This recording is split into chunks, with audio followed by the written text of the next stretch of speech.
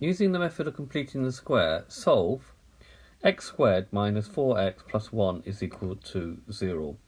So if we write down the equation x squared minus 4x plus 1 is equal to 0, this is an equation, it's not an expression, it's actually equal to something. So the first step is to actually rewrite this so you've got that x squared minus 4x on one side and then minus 1 is on the other by subtracting 1 from both sides. And then what you do is you take half of this number here, which is x minus, and then write x minus 2 all squared, still equal to minus 1. Now if you expand x minus 2 all squared, you're going to get x squared minus 4x plus 4. So on this side we have added 4.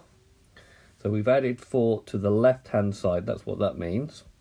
So you must add 4 to the right hand side. So it's slightly different to what you do for an expression. So as we've added 4 on this side, we must add 4 to this side.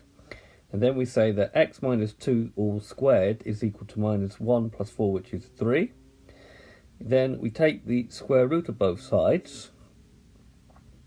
So we take the square root of that side, we're going to get x minus 2. And if we take the square root of 3, we must consider plus or minus the square root of 3. And then we would add 2 to each side because we're trying to find the value of x. So we've got that x is equal to 2 plus or minus root 3. So therefore we get two solutions. X is equal to 2 minus root 3, or x is equal to 2 plus root 3.